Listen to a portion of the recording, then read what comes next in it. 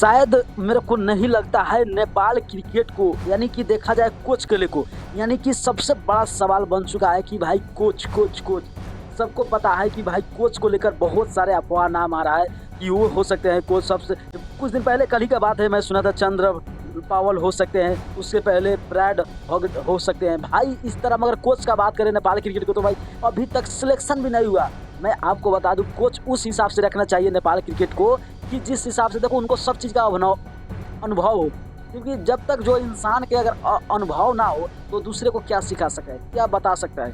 भाई सबसे पहले तो उनको देखना चाहिए कि उनके बारे में यानी कि उनके बारे में सोचना चाहिए कि वो कहाँ के क्रिकेटर है, कौन सा क्रिकेटर है, किस तरह के क्रिकेटर है, क्या उनका जो क्रिकेटर करियर में था उसका क्या लेवल रहा है, उस हिसाब से आप रख सकते हो कोच।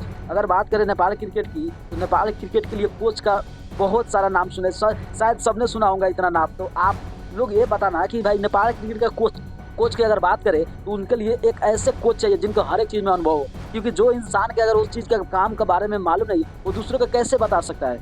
तो भाई हम लोग को वैसा ही कोच चाहिए जो सबको दिखा सके, सबको सिखा सके, सबको खिला सके। और ऐसा ही कोच के लिए अभी तक कोई भी नाम अनाउंसमेंट नहीं हुआ है, ना नेपाल क्रिकेट कैन से कोई भी नाम अनाउंसमेंट हुआ था। आपको क्या लग रहा है कि आने वाला दिन में या 10 या 15 का भीतर में कौन सा कोच बन सकते हैं, आप थोड़ा सा कमेंट कर देना। और नए हो तो चैनल को सब्सक्राइब करके जाना। ओके भाई, मिलता हूँ नेक्स्ट वीडियो में।